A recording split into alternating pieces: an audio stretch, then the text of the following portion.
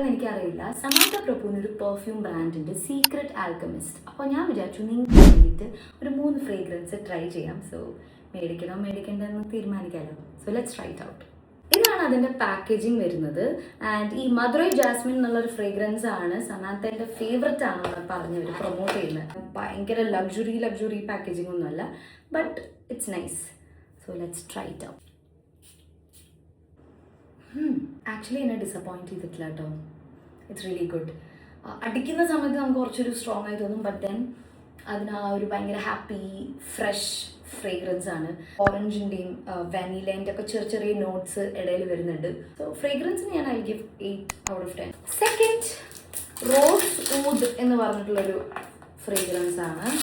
ഇവിടെ ട്രൈ. ഇത് എൻ്റെ ടൈപ്പ് ഓഫ് ഫ്രേഗ്രൻസ് അല്ല, പക്ഷേ ഈ പറഞ്ഞ ഭയങ്കര വുഡി ഊദ് ഇഷ്ടമുള്ള ആൾക്കാർക്ക് ഇത് ഇഷ്ടപ്പെടും. ഇതാണ് ബർഗമോട്ട് നൊസ്റ്റാൾജിയ.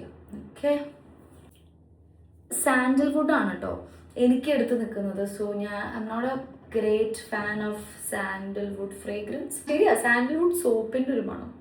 അപ്പോൾ അത്രേ ഉള്ളൂ. അതിന് വേറെ ഏതെങ്കിലും പ്രൊഡക്ട്സ് ഞാൻ ട്രൈ ചെയ്യണം, അഭിപ്രായം പറയുകയാണെങ്കിൽ ജസ്റ്റ് കമൻറ്റ് ബിലോ. അപ്പോൾ നിങ്ങൾക്ക് വേണ്ടിയിട്ട് ഞാൻ ട്രൈ ചെയ്തിട്ട്